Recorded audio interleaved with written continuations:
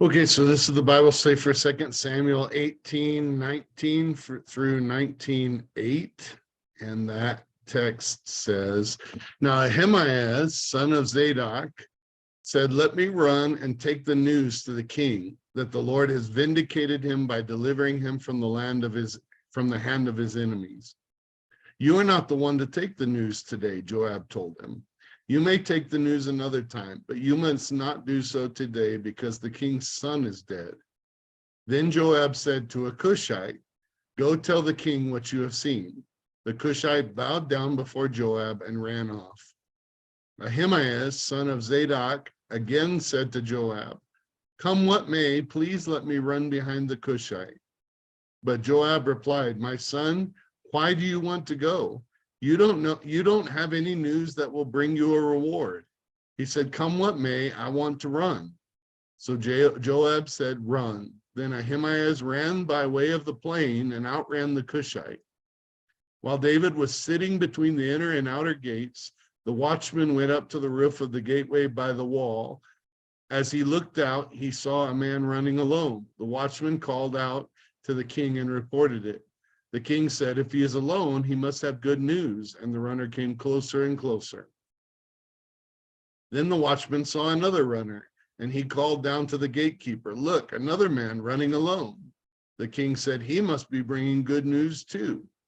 The watchman said, It seems to me that the first one runs like Ahimaaz, son of Zadok. He's a good man, the king said. He comes with good news. Then Ahimaaz called out to the king, All is well. He bowed down before the king with his face to the ground and said, Praise be to the Lord your God. He has delivered up those who lifted their hands against my lord the king. The king asked, Is the young man Absalom safe? Ahimaaz answered, I saw great confusion just as Joab was about to send the king's servant and me, your servant, but I don't know what it was. The king said, Stand aside and wait here. So he stepped aside and stood there. Then the Cushite arrived and said, My lord the king, hear the good news. The Lord has vindicated you today by delivering you from the hand of all who rose up against you. The king asked the Cushite, Is the young man Absalom safe? The Cushite replied, May the enemies of my lord the king and all who rise up to harm you be like that young man. The king was shaken.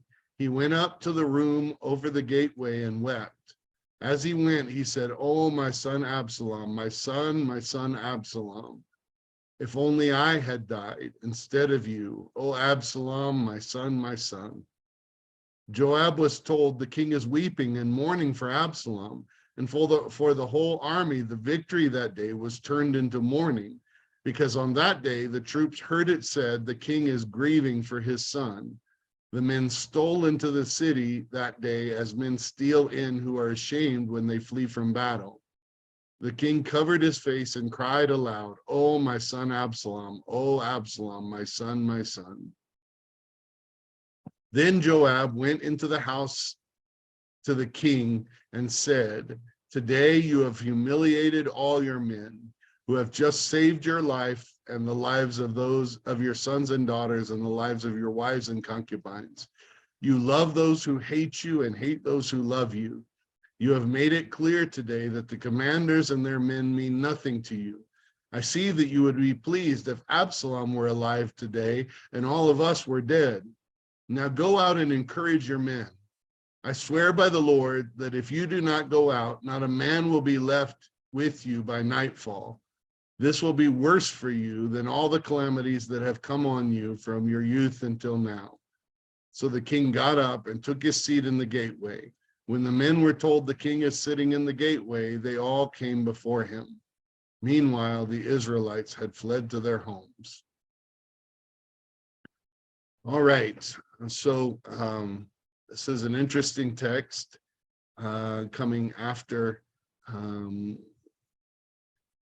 this battle, after the death of Absalom that we talked about last week. So number one, remember that you can download PDF copies of this Bible study so that you can follow along with us at www.abqnaz.org/alive.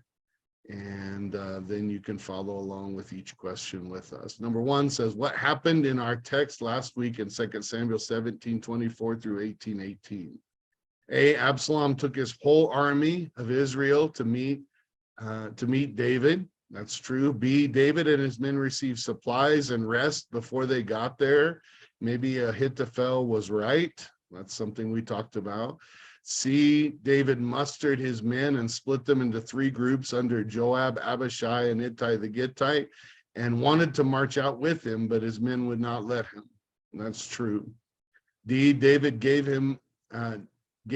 instructions in front of all the troops, be gentle to Absalom. E, the battle took place in the forest and David's men routed Israel. Yes. F, a man came across Absalom hanging in a tree by his hair because it was caught and his mule took off without him. That's true. And then G, Joab and 10 of his armor bearers killed Absalom. So all those are true. That's what we talked about last week and how that battle went. Number 2, what is happening now in 18:19 through 23? A, Ahimaaz asked to run ahead and take the news to David. That's true. Strange, but true. Suggesting, I think Joab had some wisdom when Joab was trying to not let him do this. So B says Joab wouldn't let him because he knew David wasn't going to be overjoyed, and the messengers have a bad record with news like this.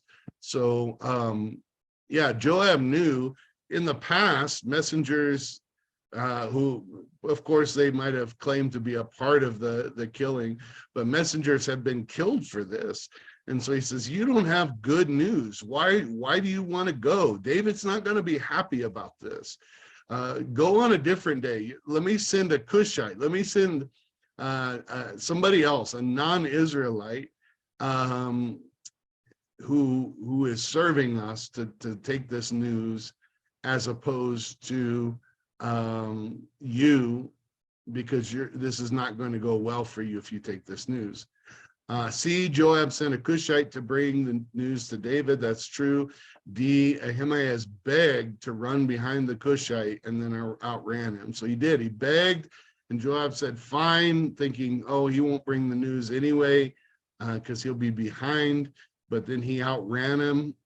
But notice, he outran him, but then when he brought the message and David asked about Absalom, he let the Cushite deliver that news. So number 3, what happened when the news came to David, according to 18:24 through 32? A, the watchman saw a messenger. David thought it would be good news. It might be good news. There's one guy. It's not the whole battered army coming back defeated, or whatever is left of it. It's one messenger, so it must be good news. Ahimaaz told David all is well and gave him the news of the battle. So this is positive news. All is well. You've been vindicated. Those people that rose up against you have been defeated.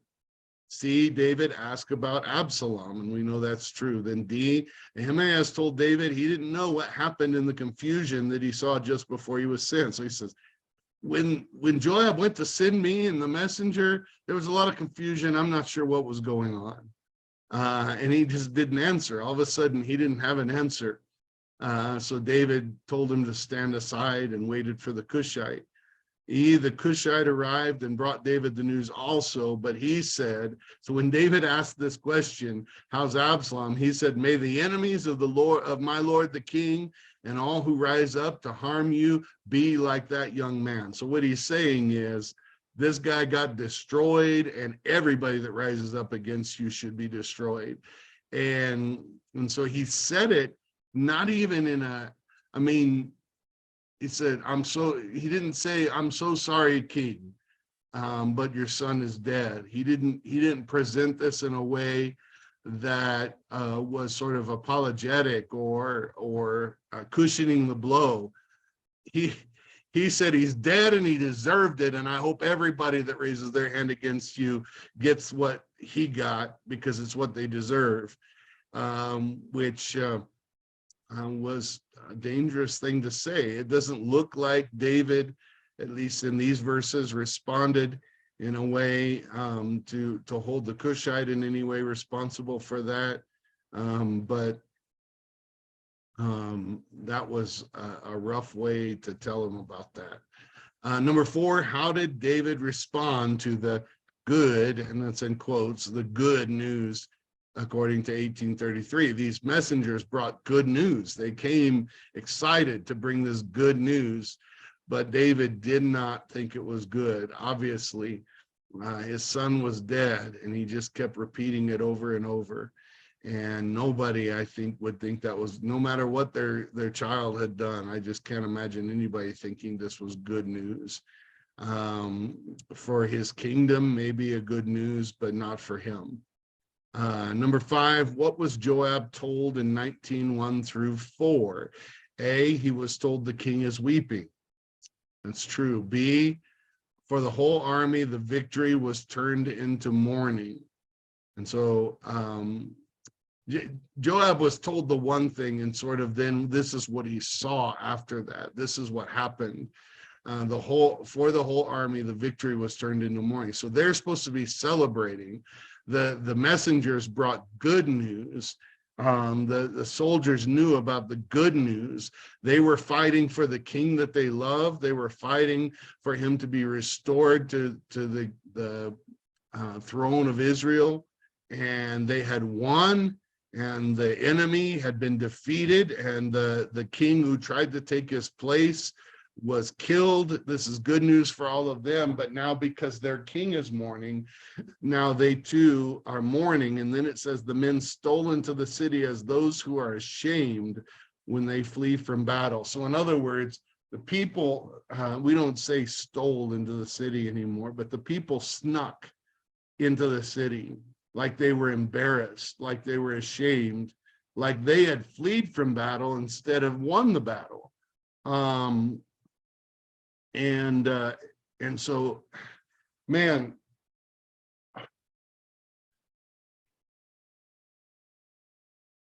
I'm amazed, first of all, at how Joab handles this, and he's probably not wrong. And he is able to speak truth to David. But I can tell you this, in a place of leadership, we're still human. So David had lost his son, and he's human, and what do you expect him to do? But at the same time, Joab is not wrong in what he tells him next, because David's response, everybody is watching it, and it affects it affects them. So one of the biggest challenges in leadership, and this is true in pastoral ministry, I think it's true probably in the secular world, as a political leader and as an executive in a company, I'm sure, but I don't know much about being in those positions. I know in ministry, I know what it's like to lead your own family as a father, and sometimes you're trying to, you have your own reaction that you want to respond in a certain way, but you know that your children's eyes are on you, and how you respond affects how they respond. And so you feel like you need to respond in a way that leads them in the right direction and affects them in a positive way and not a negative way. And so unfortunately, that makes it very difficult. And sometimes we struggle in leadership and in ministry with our own mental health, because we're not able to respond to things in the way that we would naturally respond. Sometimes we're not able to mourn the way we would like to mourn, because we're too busy being strong for others. I watch that in hospice situations and in families. Somebody is trying to be strong for everybody, and that person that's trying to be strong may help everybody else be healthy, but they're the most unhealthy one because they haven't been able to mourn properly and to grieve. And so this is a challenging thing, this concept. But number 6 says, how did Joab respond to this news? According to 19:5-7, it says, A, he went to the house of the king and told him, today you have humiliated all the men who have just saved your life. B, he told him, you love those who hate you and you hate those who love you. You know, all these guys just were willing to give their life for you and they survived, but you wish they didn't, and you want the guy that didn't survive, who was against you, who treated you terrible. You wish he would have survived instead. See, he said, you have made it clear today that the commanders and their men mean nothing to you. I see that you would be pleased if Absalom were alive today and all of us were dead. So he's just speaking truth. He's being real. He is not wrong. D, he told him, now go and encourage your men. There's a lot of things that are amazing to me about this, but one is that Joab was willing to speak boldly to David, and apparently had the kind of relationship with him that this would not be dangerous, which it would have been in that day to speak to a king this way if you didn't have some kind of a background to be able to, some kind of a foundation of trust. But he spoke boldly. You can't, I don't like to speak like this to anybody, whether they're a leader or even somebody who's following me in a situation. I don't like to speak to anybody like this unless I know I have a relationship to base that on.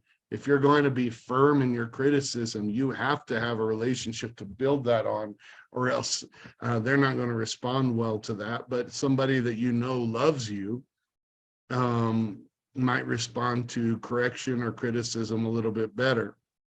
That's something we need to know as leaders too.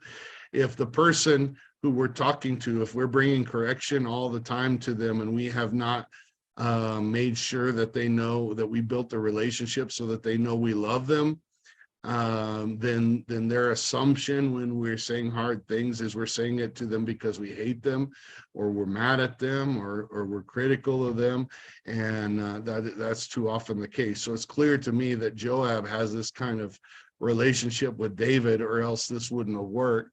But it's still amazing to me that Joab had the guts to say this.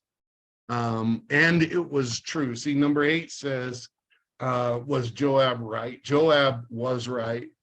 Now, did David have a right to grieve his own son? I would say yes. And I would say we've got to balance these thoughts, because if we don't allow leaders opportunity to have their own feelings and emotions and to process them, then we're going to have unhealthy leaders. I agree with that thought.